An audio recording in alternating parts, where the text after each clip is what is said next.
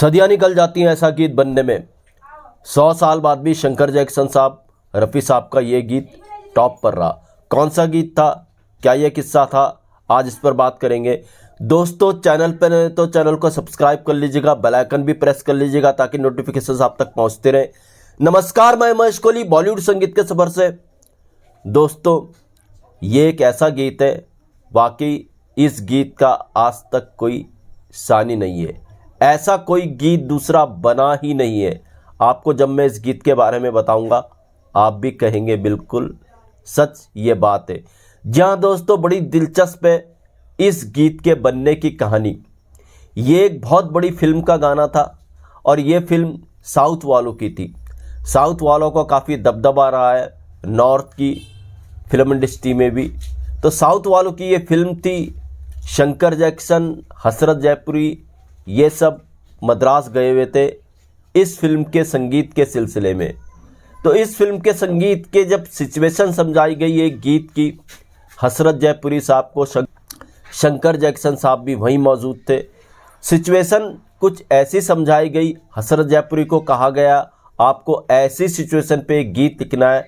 Situation समझाई गई, एक राजकुमार जंगल में इंतज़ार कर रहा है अपनी राजकुमारी का, और वो कभी हवाओं से, कभी फ़ज़ाओं से, घटाओं से, फूलों से, पत्तों से अपनी बात कह रहा है राजकुमारी की अनुपस्थिति में, और फूल पत्तों से अपनी बात कह रहा है कि देखो देखो मेरा महबूब आने वाला है। तो ऐसी सिचुएशन हसरत जयपुरी साहब को समझाई गई, मगर हसरत जयपुरी साहब को सूझ नहीं रहा था इस सिचुएशन के ऊपर लिखें तो क्या लिखें। शंकर जैक्सन ने भी हसरत जयपुरी साहब को एक चैलेंज दे दिया कि भैया ऐसा गीत लिखो कि जिससे परियों को भी पसीना आ जाए। अब ये शब्द भी बड़ा टिपिकल सा था हसरत जयपुरी साहब के लिए कि ऐसा कैसा गीत वो लिखे। हसरत जयपुरी साहब को कुछ सूझ नहीं रहा था क्या लिखे इस सिचुएशन के ऊपर। अब होता क्या है दोस्तों, उसी शाम को एक पार्टी अरेंज की हुई थी प्रोड्यूसर ने। तो सब उस पार्टी के अंदर मौजूद थे, शंकर जैक्सन साहब, हसरत जयपुरी साहब, ये सब पार्टी के अंदर मौजूद थे। तो हुआ क्या, हसरत जयपुरी के आगे एक खूबसूरत लड़की आई। जब खूबसूरत लड़की आई, हसरत जयपुरी साहब को उस लड़की ने सलाम किया। हसरत जयपुरी साहब के दिमाग में एकदम एक मुखड़ा दौड़ा, और वो मुखड़ा था, जी हाँ, बहारों फूल बरसाओ मेरा महबूब आया है। जो काम नहीं बन पा रहा था हसरत जयपुरी साहब का, सिचुएशन समझने के बाद भी वो काम एक लड़की ने बड़ा आसान कर दिया। जी हाँ, बिल्कुल, ये फिल्म थी 1966 में आई सूरज। सूरज मूवी का ये गाना था।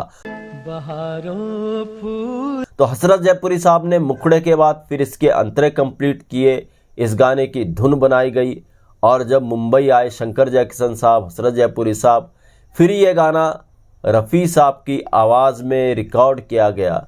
जब ये गाना रिकॉर्ड किया, राजेंद्र कुमार साहब पर पिक्चराइज हुआ और फिल्म के अंदर ये गाना आया और फिल्म लोगों के बीच में आई।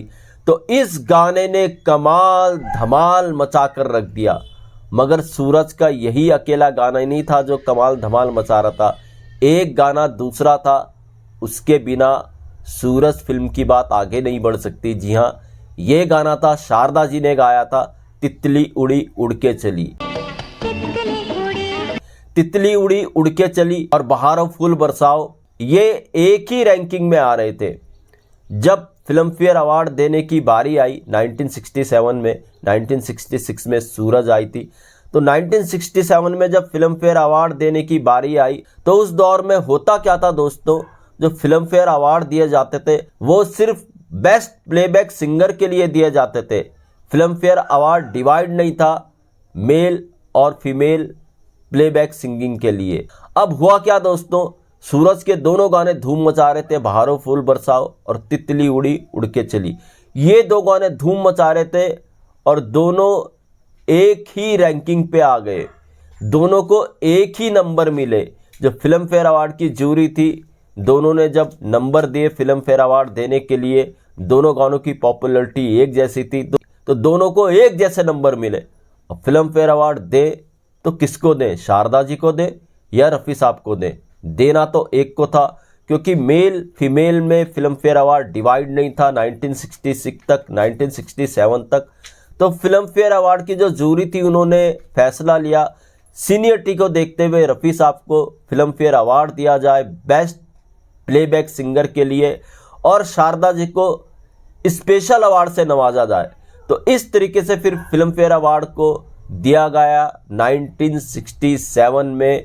बेस्ट प्लेबैक सिंगर के लिए अवार्ड ले गए मोहम्मद रफ़ी, और स्पेशल अवार्ड ले गई Sharda ji, special film fair award तितली उड़ी के लिए। तो सूरज ही वो मूवी थी, इन दो गानों के कारण बहारो फूल बरसाओ, तितली उड़ी, उड़ जो चली, इन दो गानों के कारण बाद में फिल्म फेयर अवार्ड वालों ने यह फैसला लिया कि आगे से वो फिल्म फेयर अवार्ड जो देंगे मेल प्लेबैक सिंगर के लिए अलग, फीमेल प्लेबैक सिंगर के लिए अलग। तो ये मुमकिन हुआ, मैं तो कहूँगा शारदा जी के कारण ये मुमकिन हुआ। उन्होंने रफ़ी साहब के इस गीत को टक्कर दी थी, और फिल्म फेयर अवार्ड वालों ने फिर 1967 के बाद फैसला लिया कि फिल्म फेयर अवार्ड वो सिर्फ प्लेबैक सिंगर को नहीं देंगे बल्कि मेल प्लेबैक सिंगर के लिए अलग देंगे, फीमेल प्लेबैक सिंगर के लिए अलग देंगे। तो ये पॉसिबल हुआ इन दो गानों के कारण। तो खैर दोस्तों, बहारो फूल बरसाओ हर तरफ गाना छाया हुआ था।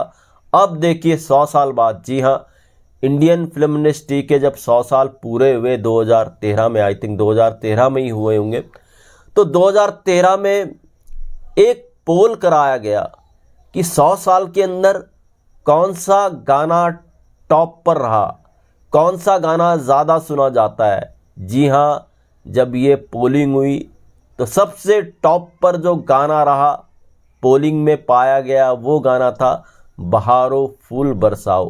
तो ऐसा जलवा बरकरार रहा था 100 साल तक इस गाने का। 100 साल वो तो पोलिंग वाली बात है, मगर आज भी बहारो फूल बरसाओ गीत का जलवा बरकरार है, आगे भी रहेगा। इसीलिए दोस्तों, सदियां लग जाती हैं ऐसे गीत बनने में, और इस बात को कोई पॉसिबल कर सकता था तो वो थे शंकर जैक्सन साहब, रफ़ी साहब जैसे लोग, हसरत जयपुरी साहब जैसे लोग, शैलेंद्र साहब जैसे लोग। ये वो कमाल के लोग थे, कमाल के संगीतकार, गीतकार, गायक थे, जिनके कारण ये सब मुमकिन हो पाता था। तो दोस्तों, ऐसे भी नए आप किस्से में, ऐसे किस्से मैं आपके लिए लेकर के आता रहूँगा। महेश कोहली को दीजिएगा इजाज़त। Goodbye, good luck and take care.